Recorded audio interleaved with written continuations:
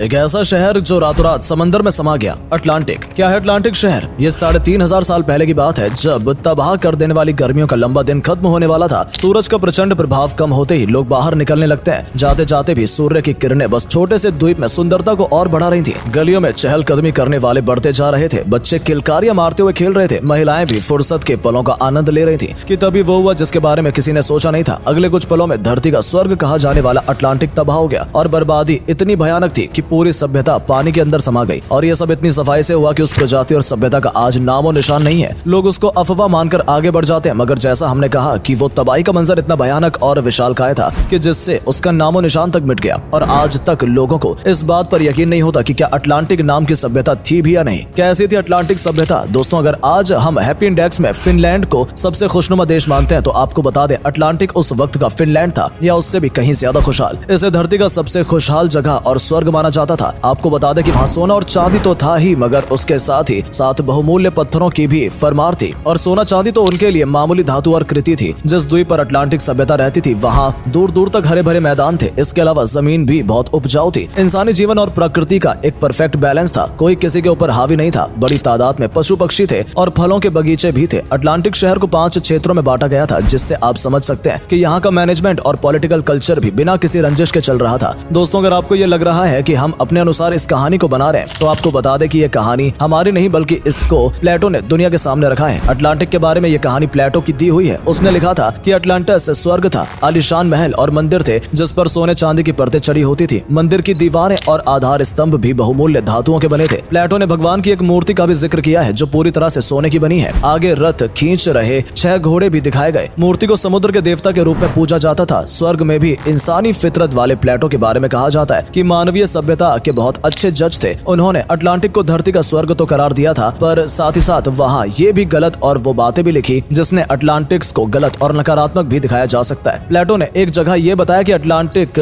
सभ्यता के राजाओं ने अपने साम्राज्य का विस्तार करने के लिए दूसरे राज्यों पर हमले किए। उन्होंने बड़ी संख्या में और संघार कर दूसरे इलाकों पर कब्जा किया। वो केवल एथेंस को पार नहीं कर सकते थे, वरना एक समय पर पूरी दुनिया में अटलांटिक्स के राजाओं का ही राज होता। ऐसा करने पर ही स्वर्ग कहे जाने वाले शहर को भगवान की सजा और उनके गुस्से का सामना करना पड़ा। भगवान की सजा। प्लेटो के मुताबिक इस काम के लिए भगवान ने अटलांटिक वालों को सजा भी दी। ये सजा तूफान, बाढ़, भूकंप और ज्वालामुखी के रूप में होती थी। इन प्राकृतिक आपदाओं से अटलांटिक्स को समय समय पर भारी नुकसान पहुंचा, मगर फिर भी अटलांटिक्स वासी भगवान के इशारे को समझ नहीं पाए और अपनी विस्तारवाद की नीति को उन्होंने नहीं छोड़ा। और फिर एक ऐसा प्रलय आया कि वो पूरा शहर डूब गया और अभी तक इसके बारे में लोगों को सबूत नहीं मिल पाते कि पूरी सभ्यता इतिहास बनकर रह गई। चलिए आपको उस प्रलय के अंदर लेकर चलते हैं जिसने अटलांटिक्स को समाप्त कर दिया। आपको बता दें कि एक दिन उस शहर में प्रलय आया और सब कुछ समाप्त हो गया। पूरी सभ्यता का नामो निशान मिट गया। असल में वहाँ एक साथ कई आपदाओं ने हमला किया था। इतिहास के मुताबिक वहाँ ज्वालामुखी फटा तो समुद्र के पानी से उठी लहरों ने पूरे द्वीप को अपने में समा लिया। शुरुआती ज्वालामुखी के फटने से हुई इससे निकली काली राख ने पूरे द्वीप पर अंधेरा कर दिया। बड़ी मात्रा में समुद्र में राख मिलने लगी और इतनी ज्यादा कि समुद्र का रंग भी बदल गया। ज्वालामुखी से निकली बड़ी और गर्म चट्टानों को मानो बारिश होने लगी थी। कई जोरदार धमाके हुए और ऐसा मंजर शायद एक बार डायनासोर ने देखा होगा, वैसा ही कुछ अटलांटिक्स के लोगों के सामने आया। लोग इधर उधर भाग रहे थे, तबाही से बचने के लिए अपने सिर छुपाते घूम रहे थे। बच्चे, बुजुर्ग, औरतें, किसी को कुछ खबर नहीं थी वो क्या करें क्या नहीं। और लोग समुद्र में कूद गए अपनी जान बचाने के लिए, मगर वहाँ भी राख ने उनका दम घोट लिया। कई लोग तो आग उगलते पत्थरों की बारिश से जिंदा जलकर ही राख हो गए थे। जमीन फटने लगी और उसमें कई जिंदगी समाने लगी। पशु पक्षी, हर किसी का इसका भुगतान करना पड़ा और देखते देखते पूरा शहर पानी में मिलने लगा। इसके साथ ही वो सारा जीवन, उसके नामो निशान, हर एक चीज ऐसे गायब हो गई जैसे वहाँ कुछ था ही नहीं। क्या सही था प्लेटो?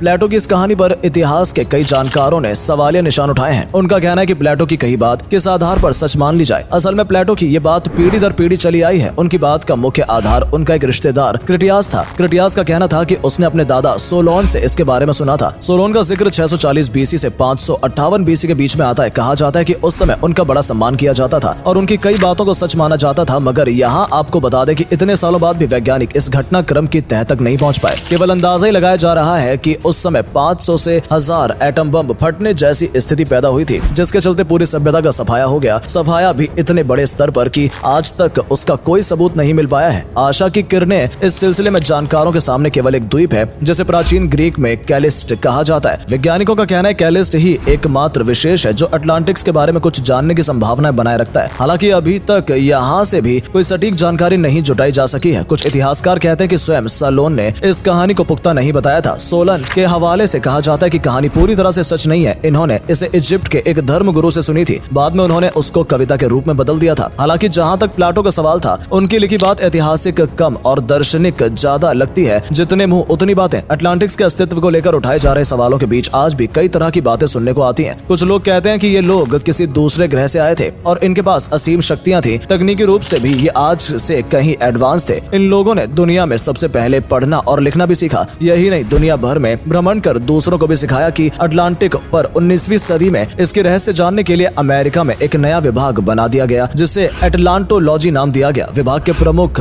इग्नेटियस डॉनली ने एक किताब लिखी थी। डॉनली ने कई वैज्ञानिक पहलुओं से इसका मुआयना किया और इस नतीजे पर पहुंचे कि कहां अटलांटिक का अस्तित्व असलियत में था। और इतना ही नहीं, आज भी उनका सिद्धांत काफी माना जाता है। हालांकि 20वीं सदी के वैज्ञानिक डॉनली की बात से सहमति नहीं रखते हैं। उनका कहना है कि 360 लाख वर्ग मील में फैले अटलांटिक का कोई निशान नहीं मिला है। जो कुछ भी मिला है उसे अटलांटिक से जोड़कर नहीं देखा जा सकता है। 1912 में यह मामला उस समय फिर निकला जब न्यूयॉर्क के अखबार में इतिहासकार डॉक्टर पॉल शिलमन का एक लेख सामने आया। उन्होंने लिखा कि किस प्रकार उन्होंने अटलांटिक का पता लगाया। बतौर सबूत उन्होंने अपने दादा के दिए कुछ दस्तावेज पेश किए। हालांकि हाल ही के सालों तक ऐसे दावे होते रहे, लेकिन रहस्य बरकरार है। बहरहाल, प्लाटो की बात सच हो या कोई कल्पना पर एक सवाल अभी भी कायम है कि क्या कोई प्रलय ऐसी भी हो सकती है जो पूरी सभ्यता को ही डुबा ले जाए। और क्या हम भी आने वाले समय में अटलांटिक तो नहीं बन जाएंगे और आने वाली पीढ़ी हमारे निशान ढूंढते हुए कहेगी कि उस समय के लोग हमसे कई गुना आगे थे। दोस्तों, वक्त का कुछ नहीं कहा जा सकता, तो आज हम अटलांटिक का वीडियो देख रहे हैं, कहीं एक दिन खुद ही अटलांटिक न बन जाए। ध्यान रखिए दोस्तों, क्या आप प्लाटो की बात से सहमत हैं या फिर सच में अटलांटिक कोई कल्पना तो नहीं। अपने विचार हमें कमेंट करके जरूर बताएं। वीडियो अच्छी लगी हो तो वीडियो को लाइक और शेयर करना ना भूलें। धन्यवाद।